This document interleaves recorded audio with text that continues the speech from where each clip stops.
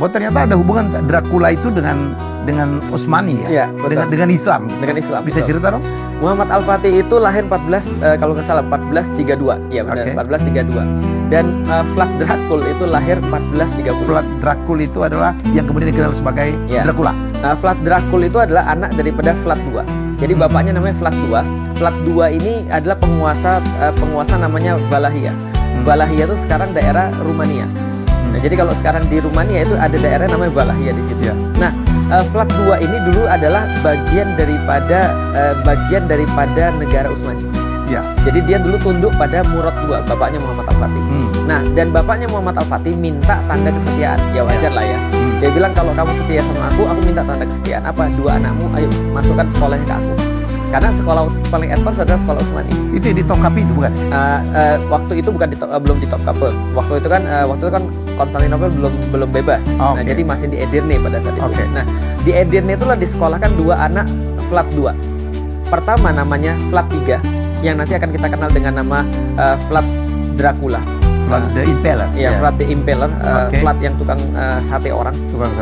Yang kedua namanya Radu Selvrumos, Radu si handsome, Radu the handsome. Jadi adiknya handsome. Jadi 2 orang. Nah, 2 orang ini sekolah bersama-sama dengan Muhammad Al-Fatih. Dan dari awal mereka ini dilatih untuk jadi Yeniseri, untuk jadi pasukan khusus. Makanya Vlad Dracul ini sangat fluent bahasa Arab. Sangat ngerti bagaimana cara orang muslim mikir. Bahkan dia sangat ngerti bagaimana ngatur-ngatur pasukannya orang muslim. Nanti akan berpengaruh kepada aktivitas dia berikutnya. Nah, Radu ini masuk Islam. Vlad Dracul nggak mau. Kenapa? Karena dia sudah masuk namanya klan naga. Draco itu kan artinya naga, dragon. Nah, dia sudah dari dulu masuk klan naga kayak bapaknya, dan dia punya tugas untuk melindungi, ya balik lagi lah ya, Christendom pada saat itu. Dia punya Holy Roman Emperor aja kan ya. Nah, ketika dia kemudian jadi orang muslim, di satu titik dalam hidupnya dia benci banget sama bapaknya. Karena bapaknya mau taat sama Murad II. Nah, ketika dia memiliki kesempatan untuk kemudian menaklukkan wilayah dia di awal, akhirnya dia desersi. Cerita singkatnya itu. Sebenarnya ini tidak bisa dilepaskan dari 2 orang yang lain sih. Ini untuk informasi aja. Musuh utama Muhammad Al-Fatih itu ada 3. Pertama Vlad Dracul, yang kedua Janos Hunyadi atau John Hunyadi, orang Hungaria. Yang ketiga adalah John Castrioti atau dikenal dengan nama George Skanderbeg. 3 ini pahlawan negaranya masing-masing. Vlad Dracul pahlawan Rumania. Yang ini pahlawan Hungaria, ya John Hunyadi atau Janos Hunyadi. Yang ini pahlawannya sekarang namanya Albania. Ini orang Albania, pahlawan Albania. George Castrioti murtad setelah jadi panglima pasukan. Dia murtad. Janos Hunyadi memang orang-orang Holy Roman. Ini semua dididik di enggak, cuma satu aja. Nah, nanti Vlad Dracul ini menemukan bahwasannya John Hunyadi akan bunuh bapaknya. Karena bapaknya kan taat sama Muhammad Al-Fatih. Tapi dia serve pada John Hunyadi.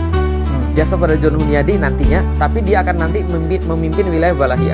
Nah, setelah gantiin bapaknya memimpin wilayah Valahia, saking kesalnya Muhammad Al-Fatih minta pasukannya untuk kemudian pergi ke sana. Dikisahkan pernah ada dikisahkan 10.000 pasukan pergi, dipimpin oleh Hamzah Pasha, orang yang juga sangat berperan dalam pembebasan Konstantinopel.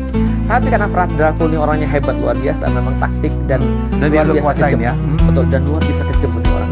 Akhirnya 10.000 pasukan tuh diimpel sampai ada disati. Jadi penyiksaan paling parah itu katanya adalah ditusuk dari anus sampai dengan leher. Nah, itu namanya impel. Nah, dan itu ditaruh di kayak hutan. Ditunjukin. Hutan manusia. Pas Muhammad Al-Fatih kesana ngeliat pasukannya muntah balik. Setelah balik dia akhirnya bikin strategi baru. Apa strateginya? Strateginya adalah adiknya disuruh untuk mimpin pasukan. Karena dia tahu hanya serigala yang bisa bunuh serigala. Maka adiknya disuruh pimpin pasukan, lalu kemudian terjadilah sebuah penyerangan yang sangat terkenal namanya Atakul de Notte, the Night Attack, yang kemudian menyerang pasukan Muhammad Al-Fatih yang dipimpin oleh adiknya, menyerang ke Kastil Poenari namanya.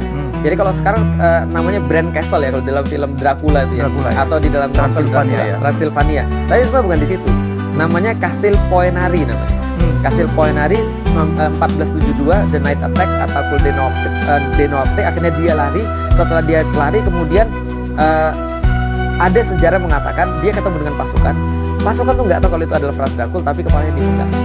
Nah, setelah dipenggal akhirnya sebagian daripada badannya, karena kepalanya dibawa ke Muhammad Al-Fatih, badannya dibiara senangkung. Gitu. Coba dijadi aja. Itu ada jadi mereka meyakini cuma badannya yang ada di situ. Karena kepalanya dibawa Muhammad Al-Fatih. Sebagai bukti kan? Sebagai bukti. Gitu cerita itu Dracula. Nah, tapi Hollywood, nah itu sekali lagi tuh Hollywood bikin mentwist ceritanya. Bukan hanya twist, itu namanya apa ya? Ahistory namanya. Iya. Twist itu boleh. Saya sangat senang dengan twist history. Tapi ahistory adalah menjadikan sejarah itu berbeda timeline-nya gitu.